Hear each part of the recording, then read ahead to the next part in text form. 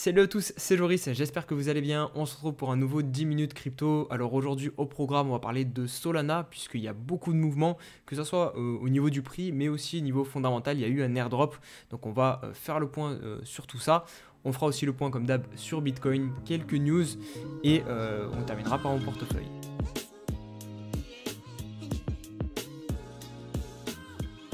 Allez, au niveau de la map crypto, on a donc une très belle couleur aujourd'hui, plein de vert, du Bitcoin à 16 800. On n'a clairement pas le pump de l'année, on n'est même pas plus 1%. De l'Ether par contre qui prend plus 3%, 1250 dollars. Mais voilà, ça reste toujours faiblard. En revanche, on a quand même de belles réactions sur les altcoins, notamment Solana qui est de retour à 13 dollars, quasiment plus 10%. NIR aussi qui nous prend plus 17%, le token de Bybit aussi qui est dans le vert, AAV, Nexo. Bref, on a pour l'instant une belle journée.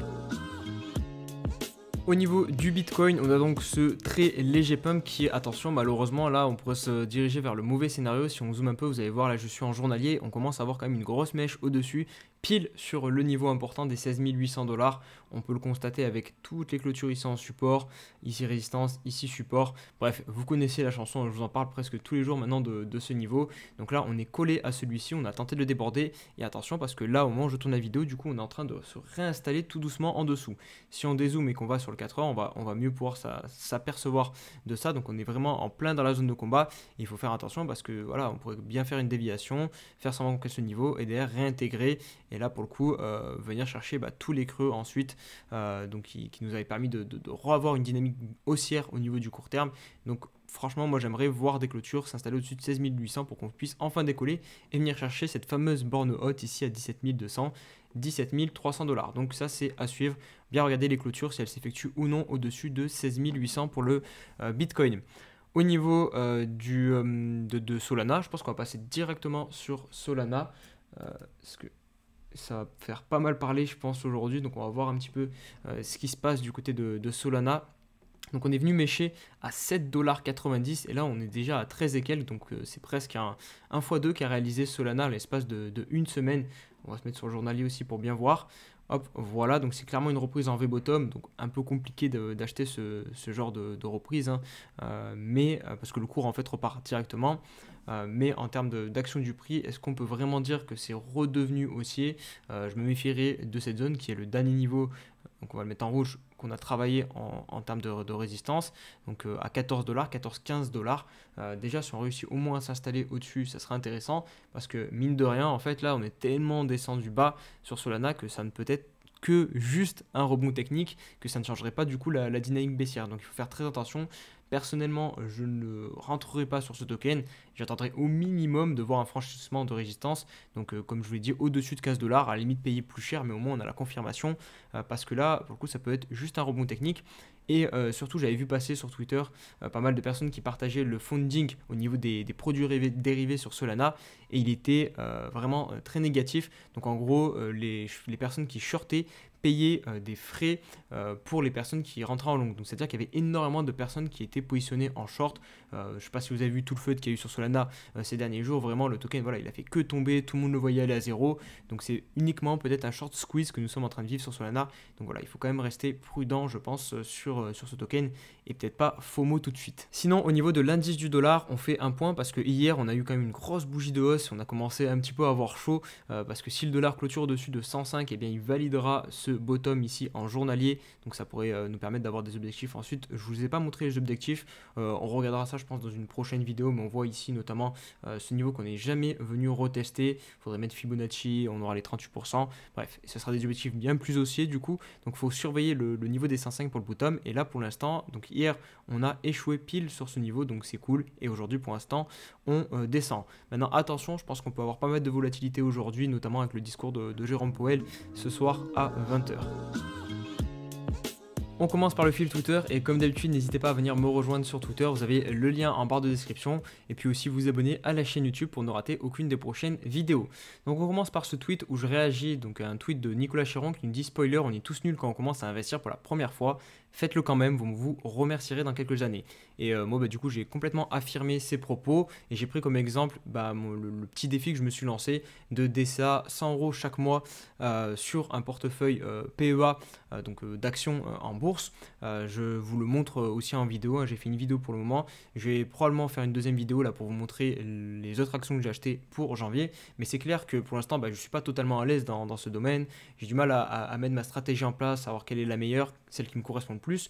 Mais voilà, au moins je me force à commencer et c'est en faisant des erreurs que finalement je vais apprendre. Et je pense que voilà, dans 2, 3, 4, 5, 6 ans, eh bien, je me remercierai d'avoir commencé, d'avoir osé commencer à investir en bourse. On enchaîne avec SBF qui fait son entrée en tribunal. L'avancement sera partagé en direct ici. Donc voilà, une vidéo où il semble plutôt tranquille, vraiment en toute détente avec son cartable là. Bref, voilà, on va pas s'attarder trop longtemps. Il mâche son chewing-gum en plus, vraiment un personnage très très bizarre, ce SBF. Ici, bon, je vous disais bonne matinée. On enchaîne avec Vincent Gann et ça, j'ai trouvé ça bien intéressant. C'est pour ça que je l'ai retweeté. On est sur le graphique Ethereum contre Bitcoin et on a un cassage donc d'une trend qu'on tenait depuis. Alors ça doit être septembre à peu près. Et on a eu plusieurs points de contact.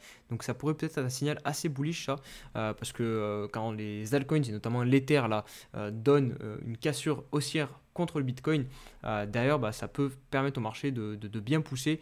Donc peut-être une petite alt season à voir. Après moi personnellement je suis pas vraiment très fan des cassures des obliques, hein. C'est souvent des pièges je trouve. Donc on verra comment ça va évoluer. Je vais regarder mon graphique à moi. Peut-être qu'on verra des choses un peu plus pertinentes. Il est où? Il est ici. Moi, j'avais un haut de range. Alors, est-ce qu'on est au niveau du haut de range? Non. Moi, mon haut de range, il est un peu plus haut, donc à 0.077 à peu près. Bon, là, on n'y est pas très loin. Et sinon, on a vraiment le haut du range à 0.085 à peu près. On poursuit avec une news qui pourrait expliquer le pump de Solana. En plus du fait que beaucoup de personnes étaient très bearish sur le token et que du coup, il y avait énormément de short. C'est un airdrop donc il y a eu pour les utilisateurs de Solana. Alors, moi, je suis allé vérifier parce que j'avais un petit peu de sol sur le wallet Phantom. Je n'ai pas reçu de ce token, donc je n'ai pas trouvé les conditions d'éligibilité pour recevoir cet airdrop. Donc le token s'appelle Bonk. C'est concrètement un meme coin. C'est ce que nous disent les développeurs. Alors j'ai plus la citation, si c'est marqué ici. Bonk est la première crypto-monnaie de type dog sur Solana pour le peuple, par le peuple, avec 50% de l'approvisionnement total airdrop à la communauté Solana. Les développeurs de Bonk en avaient assez de la tokenomics toxique d'Alameda et voulaient créer une crypto-monnaie même amusante où tout le monde a une chance équitable. Donc voilà, certains ont pris des beaux billets, hein, j'ai vu passer sur Twitter plusieurs milliers de dollars. J'aurais bien aimé en faire partie. Du coup, n'hésitez pas si vous avez un wallet qui tourne sur Solana à aller vérifier si vous n'avez pas reçu airdrop, ça me ferait plaisir pour vous. Et du coup, quand même, faites attention. Alors là, je vous ai mis le graphique du bon qui s'est classé 2500e actuellement sur CoinMarketCap avec 100 millions de market cap. Voilà son graphique. Donc ouais, pour l'instant, on est quand même sur une belle ascension. Attention, là, il y a un double top qui s'est marqué. Petit support ici, on est en train de le retester. Si jamais ça casse, on passerait plutôt sur une dynamique baissière. Donc faites attention. Si jamais voilà, on rentre en baisse sur ce token, de ne pas acheter un point haut. Et on termine avec une catastrophe évitée de justesse sur un des leaders des protocoles DeFi sur Ethereum. Il s'agit donc de Uniswap. On a donc la société Dedob, en fait, qui est une société qui recherche les bugs, notamment dans les smart contracts, et qui est totalement bienveillante, hein. Du coup, elle le signale aux entreprises. Et d'ailleurs, en général, les entreprises, elles offrent un pécule d'argent pour remercier d'avoir trouvé le bug avant qu'une personne malveillante l'ait trouvé. Donc là, ce bug, en fait, il a été implémenté lors d'une mise à jour réalisée sur Uniswap en novembre dernier. C'était au niveau de l'Universal Router qui permettait en fait aux utilisateurs du protocole de swap des NFT et des tokens au sein d'une seule et même opération. Donc en fait, on aurait apparemment les assaillants, enfin les potentiels assaillants auraient pu se glisser dans le smart contract au moment du swap pour du coup récupérer la somme du swap. Donc ça aurait pu faire vraiment de grosses conséquences. Et on a Uniswap qui a remercié Dedob et qui leur auront donné 40 000 USDC en échange. Au niveau de mon folio, on reste plutôt calme aujourd'hui, mais dans le vert, ça fait plaisir. 13 227 euros. Que du vert, sauf Star de Stargaze qui est à moins 1%, qui a la meilleure performance, c'est AAV avec plus 7% sur AAV. Et sinon, voilà, le reste, c'est sensiblement la même chose. Voilà, les amis, donc pour ce 10 minutes crypto du jour. S'il vous a plu, n'hésitez pas, comme d'hab, à liker. Vous pouvez commenter pour aider au référencement, etc. Et je vais vous dire à demain pour une nouvelle vidéo. Prenez soin de vous. Allez, ciao.